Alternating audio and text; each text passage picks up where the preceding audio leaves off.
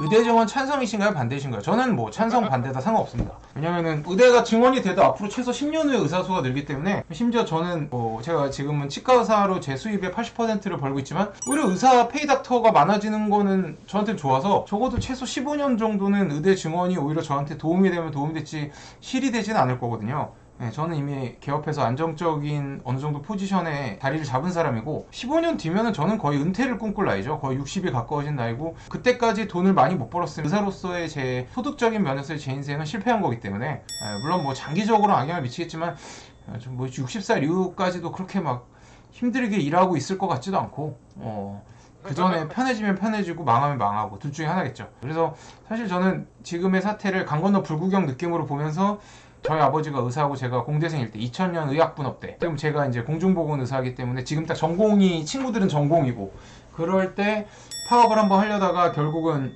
그때 회장이 위아더 해군처럼 하는 바람에, 그때의 경험이 저로 하여금 의사라는 집단은 진짜 안 되겠구나, 얘네들은 계속해서 정부한테 당할 수밖에 없구나. 그러면 나는 우리나라가 의료제도를 바꿔서 의사한테 안 좋게 만들려고 할 때, 일단 의대의 모든 과를 다 조진 다음에, 그 다음에 한의대의 모든 과를 한의사를 조질 것 같고, 그 다음에 이제 제일 마지막에 치과를 조질 거기 때문에, 결국은 침몰하는 타이타닉처럼 다 같이 망하겠지만, 그러면 나는 제일 마지막까지 그나마 살아남을 수 있는 치과로 도망가서 내가 원래 하고 싶었던 개업을 하면서, 그때까지 최대한 뭐 돈을 많이 벌고, 내가 하고 싶은 의료를 그나마 제한적이지만 우리나라에서는 펼치는 게 맞지 않을까라고 생각을 했는데, 그게 슬프게도 정확히 적중하는 작금의 현실을 보면서 두 가지 감정이 공존하죠.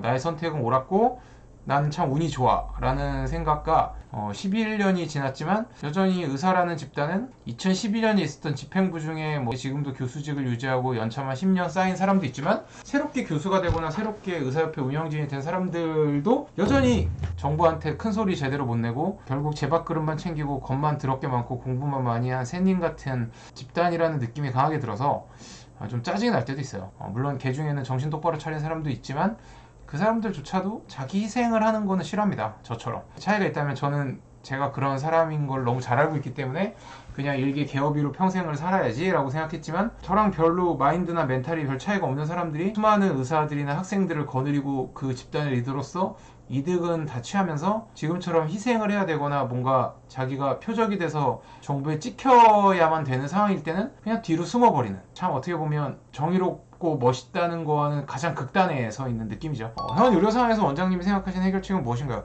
일단 가장 중요한 해결책은 수가 정상화예요. 흉부외과나 뭐 아니면은 뭐 심지어 일반외과에서 암수술을 했을 때 환자 한 명을 살리면 오히려 30% 정도가 손해가 나는, 원가에서도 그렇고 인건비에서도.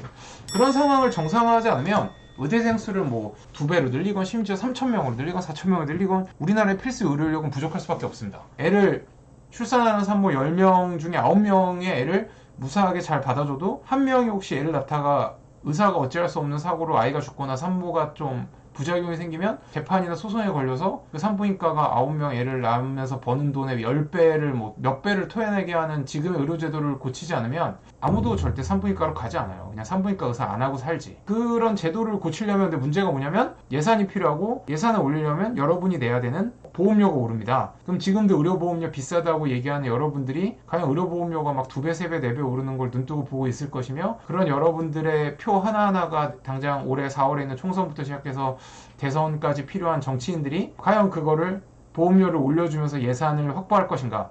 절대 아니라는 거죠. 그러면 지금 있는 예산 안에서 어떻게 굴려야 되는데, 그걸 굴리려고 의대생 수를 갑자기 이렇게 2배 가까이 뽑는다? 해결이 될까? 해결이 되진 않을 거예요. 근데 이 영상을 보는 분들 중에 대다수는 저도 알고 있습니다. 여러분이 지금 의사들의 파업에 대해서 안 입곱게 보는 건 더 많은 환자들이 더 양질의 진료를 받아야겠다는 어떤 정의로운 마음이 아니라, 그냥 의사들이 상대적으로 적게 일하고 돈은 되게 많이 버는 것 같으니까 남들의 한 달에 몇 배가 되는 돈을 똑같이 일하고 아니면 좀 더 쉽게 일하는 것처럼 보이면서 많이 벌어가는 게 배 아파서라는 거를 저는 너무나 잘 알고 있어요. 저도 그랬을 것 같고요. 제가 의사나 치과 의사가 아니었다면. 의대생 수가 2,000명으로 늘면 적어도 저는 아니겠지만 지금 의대를 갓 졸업한 사람들이나 아니면은 지금 의대를 다니고 있는 애들은 분명 여러분이 사촌이 땅을 사서 배 아픈 상황에서 땅을 못 사게 될 겁니다.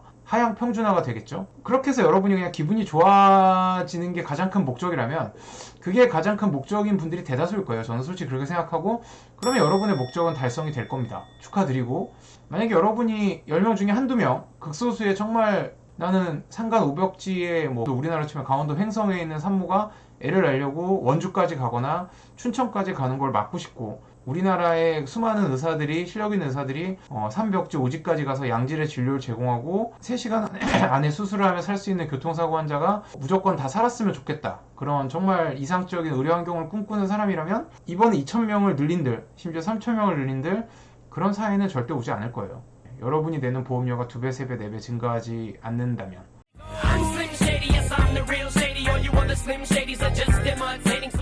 그러니까 왜 의사들이 저렇게 미용시장으로 진출을 많이 하고 미용시장 GPA 가 왜 저렇게 높아졌을까? 그거를 가만히 생각해보면 절대 의사들이 비도덕적이거나 법을 지키지 않거나 나쁜 사람들이어서가 아니라 불합리한 의료 제도와 의료 수가 때문이라는 게 너무 뻔히 보이는데, 국민은 자기가 돈 많이 내기 싫으니까, 보험료 많이 내기 싫으니까 외면하고, 정부는 표를 얻는데 도움이 안 되니까 외면하고, 그리고 의사들만 나쁜 사람으로 몰아가고 희생을 강요하고 있죠. 이게 과연 올바른 흐름일까? 그리고 이렇게 한다고 해서 의사들이, 국민이나 정치가들이 원하는 대로 과연 이동을 해줄까? 저는 잘 모르겠어요. 네.